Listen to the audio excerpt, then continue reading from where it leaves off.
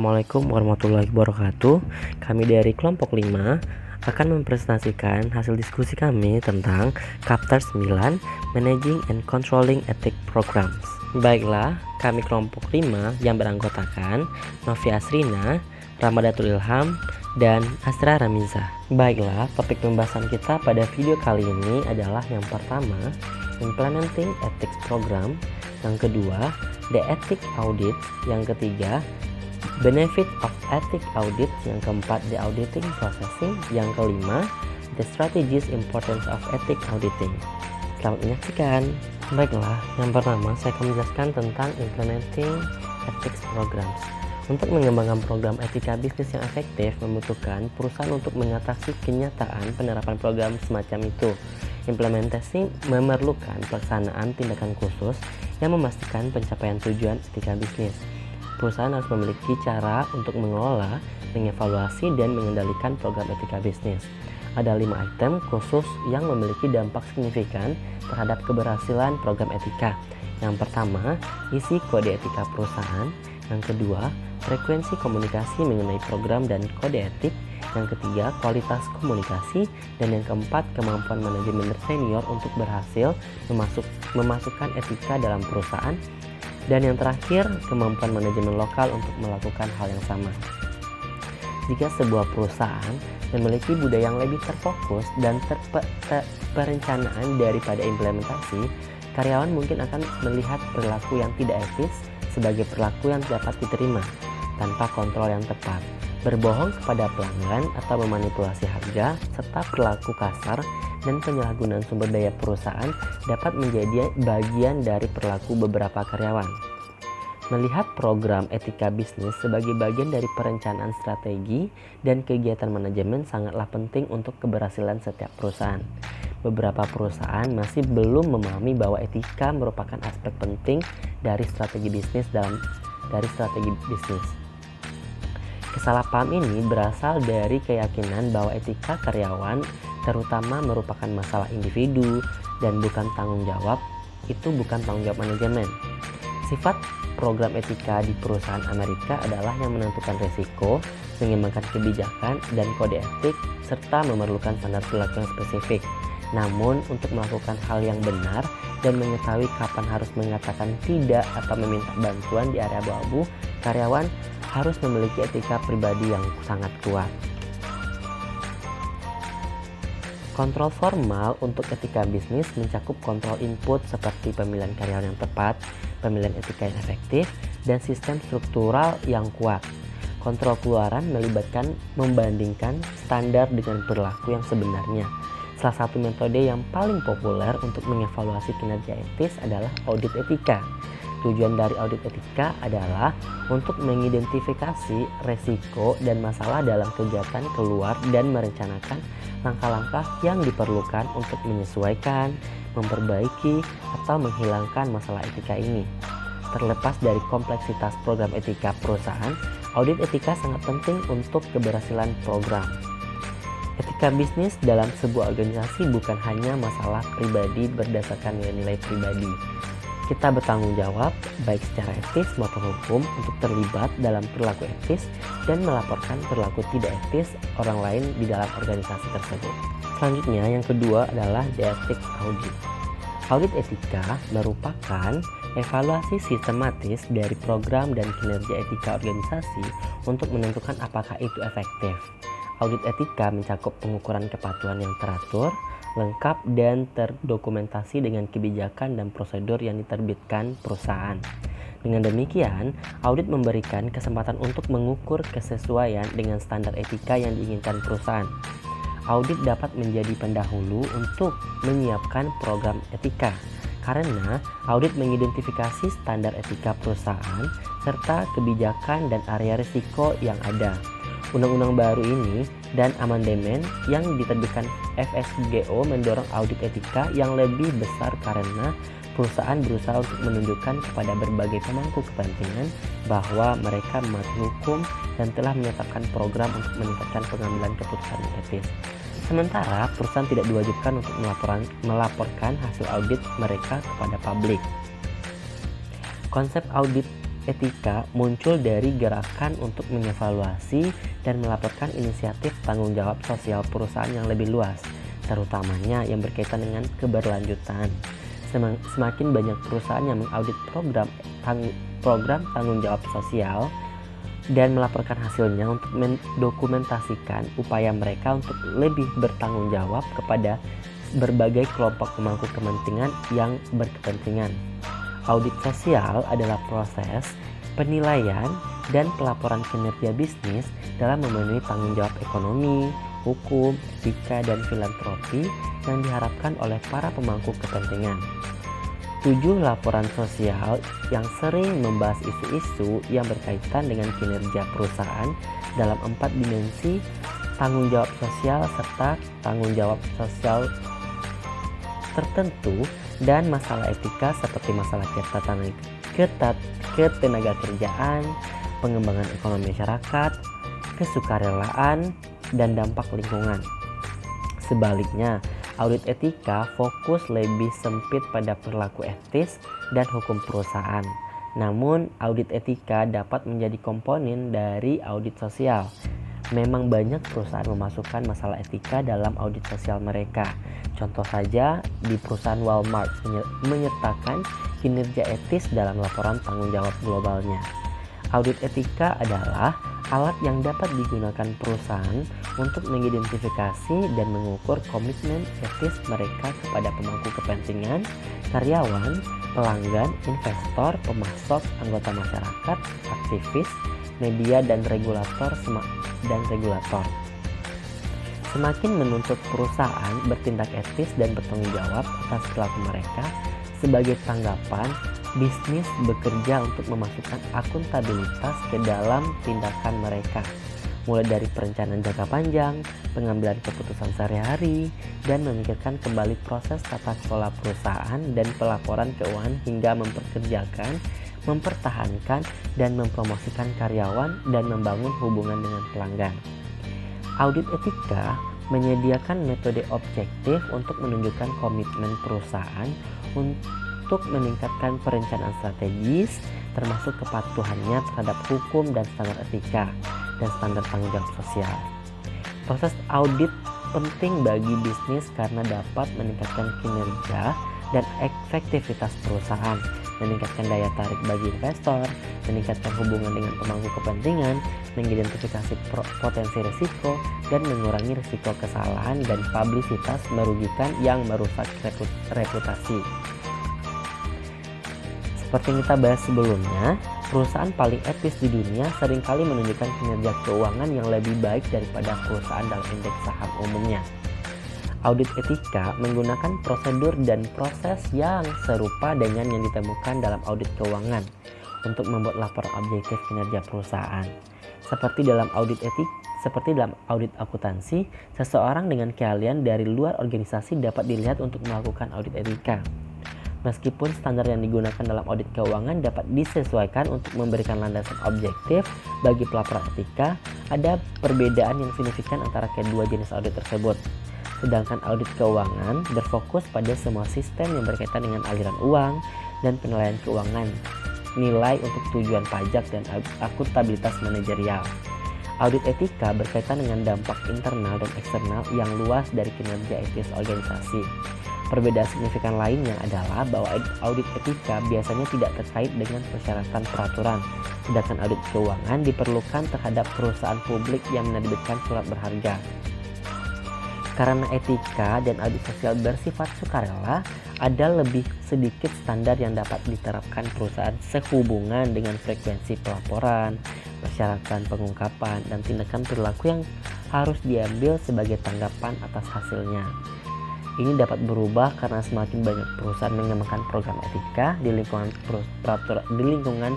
peraturan saat ini, di mana badan pengaturan mengharuskan dewan direksi untuk mengawasi etika perusahaan. Jika dewan ini melacak efektivitas program etika, audit akan diperlukan. Selain itu, standar audit non-keuangan sedang berkembang dengan data yang tersedia untuk benchmarking dan membandingkan kinerja etika non-keuangan perusahaan dengan kinerja masa lalunya sendiri dan dengan kinerja perusahaan lainnya. Baiklah, selanjutnya kita akan membahas tentang benefit of ethic auditing. Salah satu manfaat terbesar dari proses audit adalah peningkatan hubungan dengan pemangku kepentingan yang menginginkan transparansi yang lebih besar. Banyak pemangku kepentingan menjadi waspada terhadap kampanye hubungan masyarakat perusahaan. Jaminan verbal oleh manajemen perusahaan tidak lagi cukup untuk mendapatkan kepercayaan pemangku kepentingan. Audit etika dapat menyelamatkan counterfeit finansial jika pinjaman pembohong dan manipulasi data keuangan peminjaman telah diidentifikasi sebelumnya. Ketika perusahaan dan karyawan, pemasok dan investor mereka saling percaya, biaya pemantauan dan pengelolaan hubungan ini lebih rendah. Perusahaan mengalami lebih sedikit konflik dengan pemangku kepentingan, menghasilkan pentingnya kapasitas untuk inovasi dan berkolaborasi.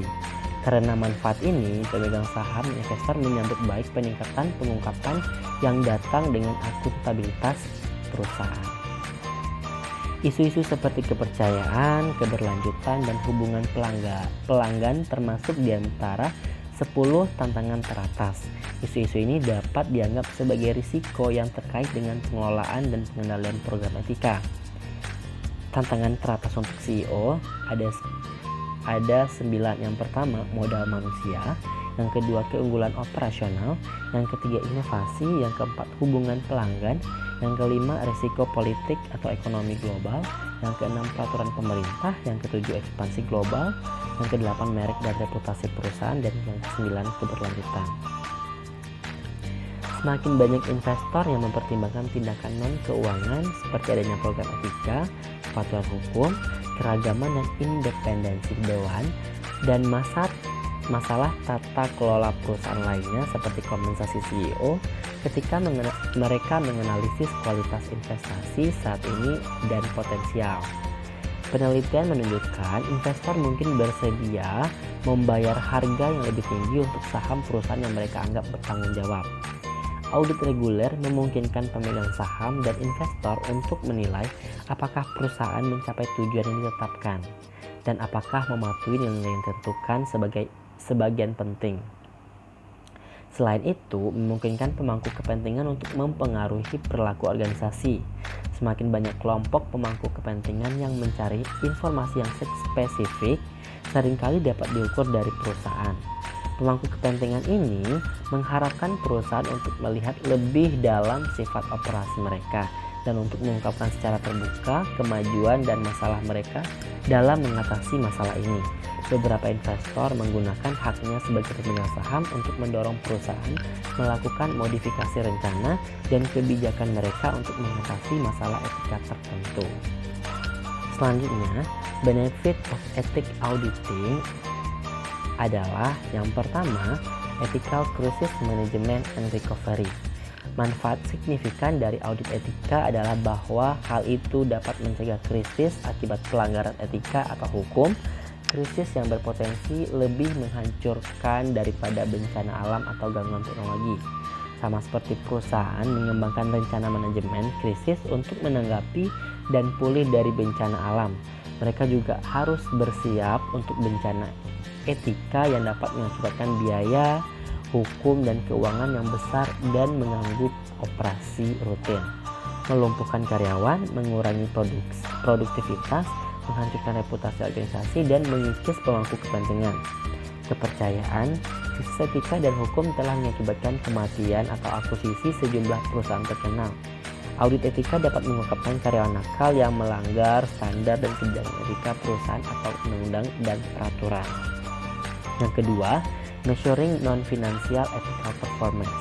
Meskipun sebagian besar peraturan etika dapat dan kepatuhan perusahaan berfokus pada ukuran keuangan untuk benar-benar memiliki integritas, organisasi juga harus fokus pada bidang kinerja non-keuangan.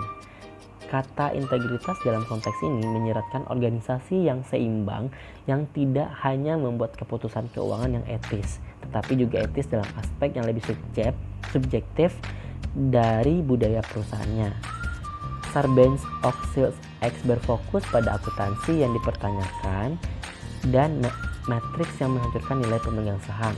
Tetapi model lain telah dikembangkan seperti Six Sigma, Balanced Scorecard, dan Triple Bottom Line untuk menangkap kinerja etis organisasi struktural dan perilaku. Six Sigma adalah metode yang dirancang untuk mengolah variasi proses yang menyebabkan cacat, didefinisikan sebagai penyimpangan yang tidak dapat diterima dari rata-rata target, dan secara sistematis untuk mengolah variasi untuk menghilangkan cacat tersebut. Tujuan Six Sigma adalah untuk memberikan kinerja, keandalan, dan nilai kelas dunia kepada pelanggan akhir.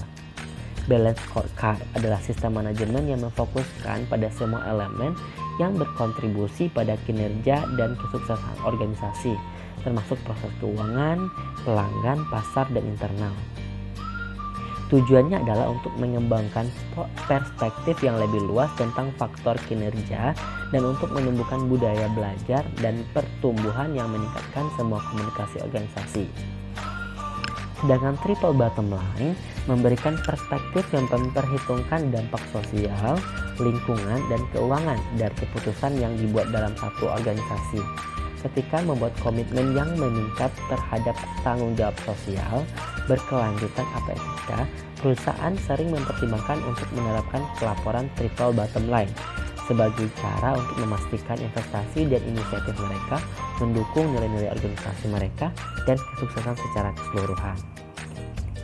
Tujuan dari ukuran kinerja dan pencapaian tujuan adalah untuk menentukan kualitas dan efektivitas inisiatif lingkungan, sosial, dan etika. Banyak yang percaya bahwa keuntungan yang melekat diwujudkan oleh perusahaan dengan budaya yang etika, yang kuat, dan komitmen lingkungan.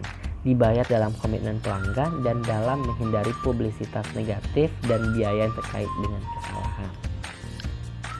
Yang ketiga adalah Risk and Requirement in Ethic Auditing yang akan dijelaskan oleh rekan saya, Novi Asrina. Kepada Novi Asrina, dipersilahkan. Selanjutnya yaitu resiko dan persyaratan dalam audit etika. Meskipun audit etika memberikan banyak manfaat bagi perusahaan, individu, dan pemangku kepentingan, mereka memiliki potensi untuk menciptakan resiko. Misalnya, sebuah perusahaan mungkin mengungkap masalah etika yang serius, yang tidak ingin diungkapkan sampai situasi diperbaiki. Ini mungkin menemukan suatu kritik dari pemangku kepentingan, karena pemangku kepentingan tidak dapat dengan mudah ditangani. Kadang-kadang, proses pelaksanaan audit etika dapat mendorong ketidakpuasan pemangku kepentingan daripada menahannya. Meskipun merupakan tindakan kebijaksanaan, tidak memberikan jaminan bahwa risiko dan tantangan etika dapat dihindari. Meskipun etika dan tanggung jawab sosial didefinisikan dan dirasakan secara berbeda oleh berbagai pemangku kepentingan, inti dari standar minimum untuk kinerja etis terus berkembang. Standar-standar ini merupakan langkah dasar dalam mengembangkan persyaratan etika minimum yang spesifik, terukur, dapat dicapai, dan bermakna bagi dampak bisnis terhadap semua pemangku kepentingan. Standar membantu perusahaan menetapkan target yang terukur dan dapat dicapai untuk perbaikan, dan standar tersebut membentuk landasan objektif untuk melaporkan upaya perusahaan terhadap semua pemangku kepentingan. Selanjutnya yaitu proses audit. Banyak pertimbangan yang dapat diperhatikan ketika melakukan audit, seperti kedalaman dan kelebaran audit, penetapan standar kinerja, frekuensi audit, bagaimana hasilnya dilaporkan kepada pemangku kepentingan, dan tindakan apa yang harus diambil dalam menghadapi hasil audit tersebut. Oleh karena itu, pendekatan perusahaan terhadap audit etika sangat beragam, seperti pendekatan mereka terhadap program etika dan tanggapan mereka terhadap peningkatan tanggung jawab sosial.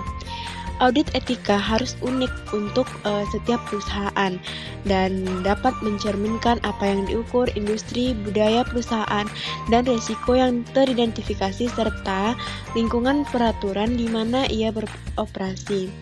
Setiap perusahaan memiliki masalah peraturan yang berbeda dan risiko unik yang berasal dari sifat bisnis mereka. Nah, terdapat kerangka kerja audit etika. Yang pertama yaitu komitmen aman dari top manajer dan dewan direksi. Langkah pertama dalam melakukan audit apapun adalah mengamankan komitmen manajemen puncak perusahaan. Dan jika itu adalah perusahaan publik, ya itu dewan direksinya. Memang dorongan untuk audit etika mungkin dapat langsung dari dewan itu sendiri sebagai tanggapan terhadap kekhawatiran kepada pemangku kepentingan tertentu atau reformasi tata kelola perusahaan yang terkait dengan Sarbanes-Oxley yang menyatakan bahwa dewan direksi memberikan pengawasan untuk semua kegiatan audit. Selain itu, keputusan pengadilan yang terkait dengan VSGO di mana meminta anggota dewan bertanggung jawab atas program kepatuhan etis dan hukum dari perusahaan yang mereka awasi. Aturan dan peraturan yang terkait dengan Sarbanes-Oxley mengharuskan dewan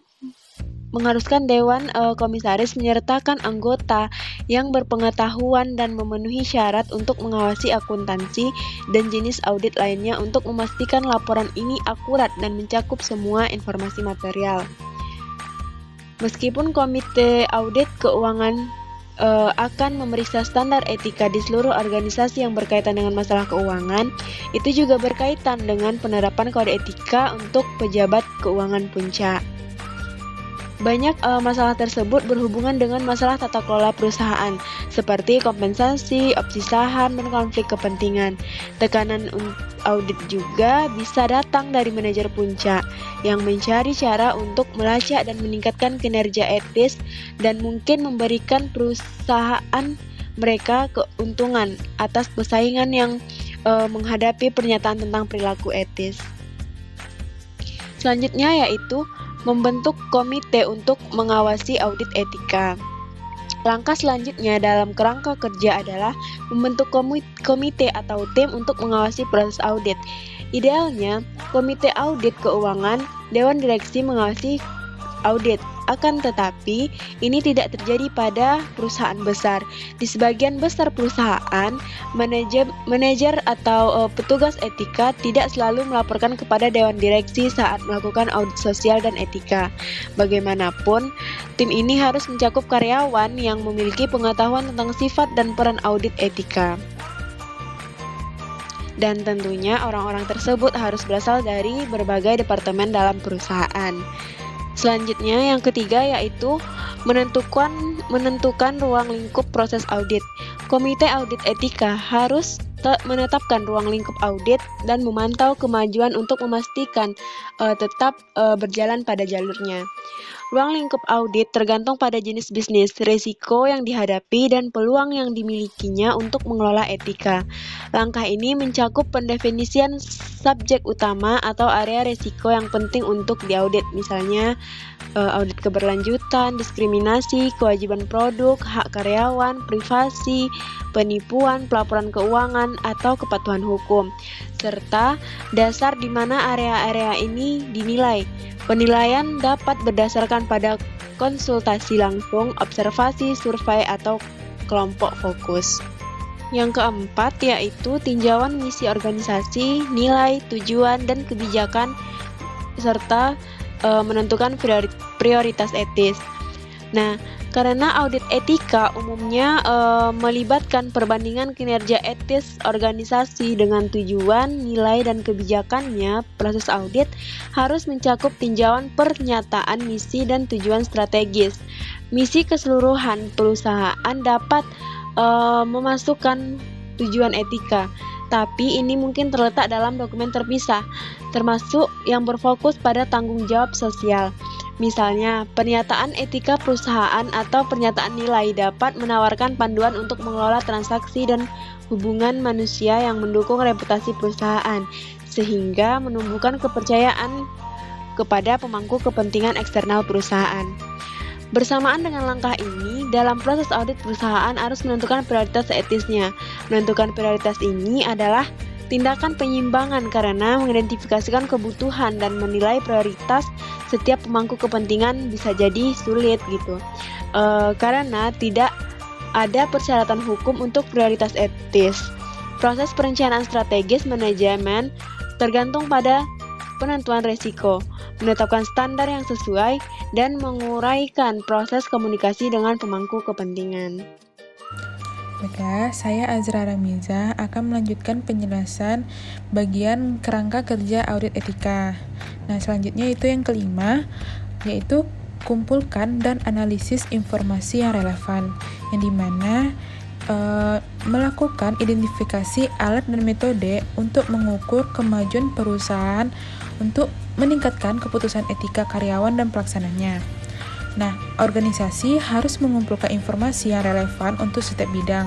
Misalnya saja, komite audit melakukan kerjasama dengan Departemen Sumber Daya Manusia organisasi untuk mengumpulkan informasi dari karyawan dan statistika dan umpan balik.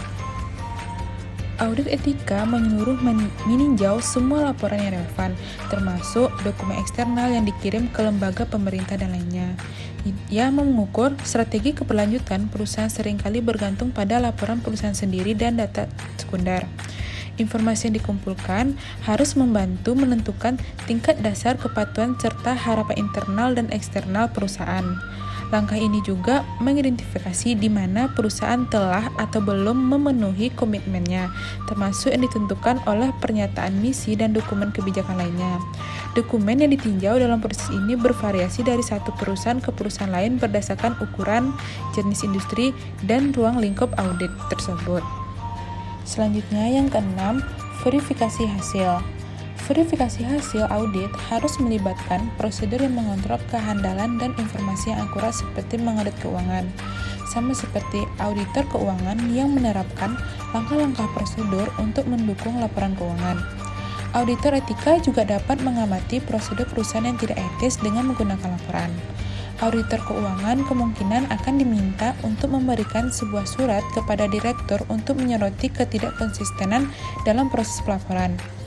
Nah, auditor keuangan harus melaporkan kepada Dewan Direksi Komite Keuangan. Auditor etika harus diminta untuk melapor ke direksi untuk melaporkan masalah keuangan. Verifikasi hasil audit harus melibatkan prosedur standar yang mengontrol keandalan dan validitas informasi. Seperti halnya audit keuangan, auditor dapat menerapkan pengujian substantif untuk mendeteksi salah saji material dalam data dan analisis audit.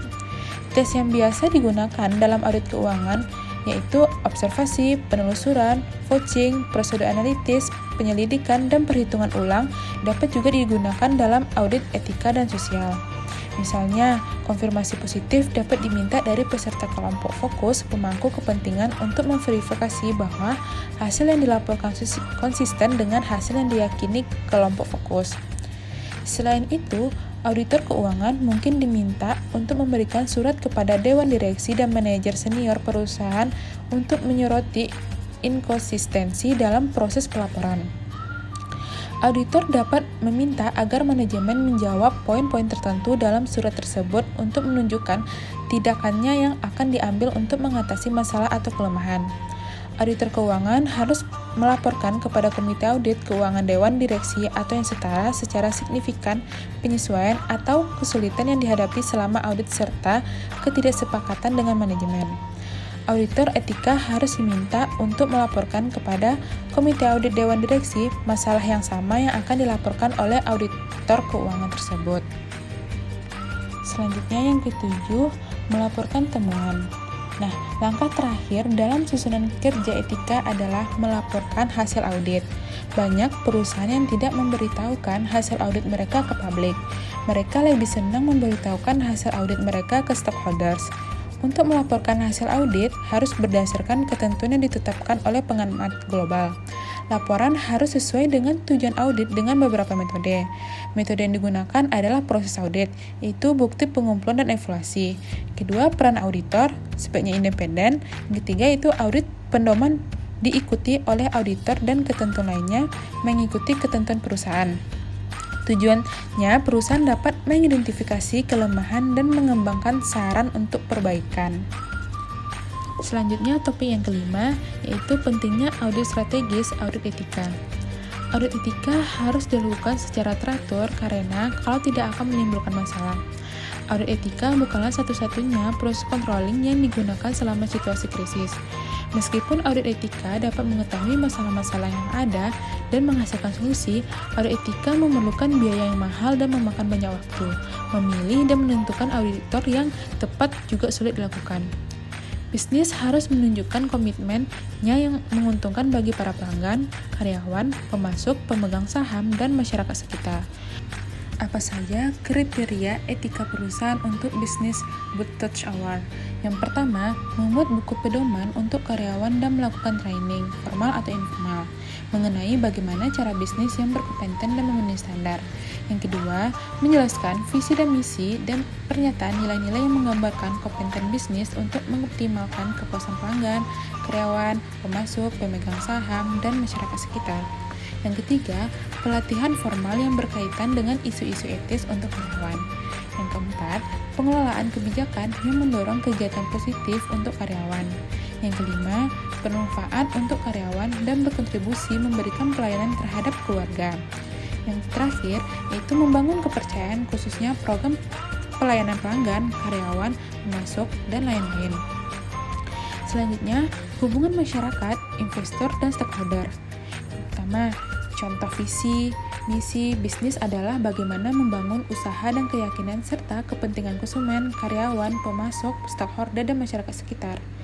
Yang kedua, kebijakan bisnis yang berhubungan dan menunjukkan tanggung jawab terhadap masyarakat, investor, dan stakeholder. Dan yang ketiga, memberikan umpan balik ke pelanggan, vendor, dan pemasok. Selanjutnya yaitu komunikasi dan pemasaran. Yang dimana yang pertama mendiskusikan metode bisnis untuk memastikan penjualan, promosi, dan iklan yang tepat. Yang kedua, memberlakukan kebijakan atau kode etik mengenai pelatihan penjualan dan memastikan semua transaksi bersifat transparan dan jujur. Yang ketiga, dengan berkomunikasi akan mencegah hal-hal negatif dan memulihkan kepercayaan atau keyakinan dalam bisnis, produk, dan layanan. Selanjutnya yaitu reputasi industri, yang dimana yang pertama, media coverage mencerminkan reputasi bisnis industri agar menjadi bisnis yang terpercaya di masyarakat umum. Yang kedua, penghargaan, pengakuan dalam usaha industri dan perdagangan kelompok maupun masyarakat umum. Meskipun terhadap masalah, namun audit kinerja etis memberikan banyak manfaat. Seperti yang sudah dibahas, manfaat audit etika yaitu memberikan penilaian kinerja keseluruhan dari perusahaan seperti nilai-nilai inti, kebijakan etika, praktik operasi internal, sistem manajemen, dan yang paling penting harapan stakeholders.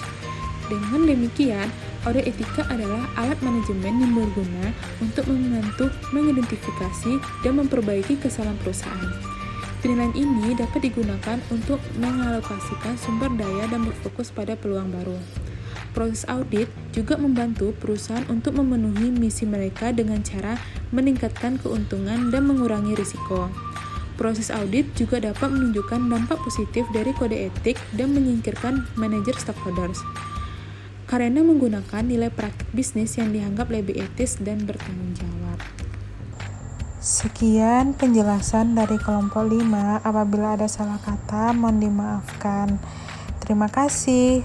Wassalamualaikum warahmatullahi wabarakatuh.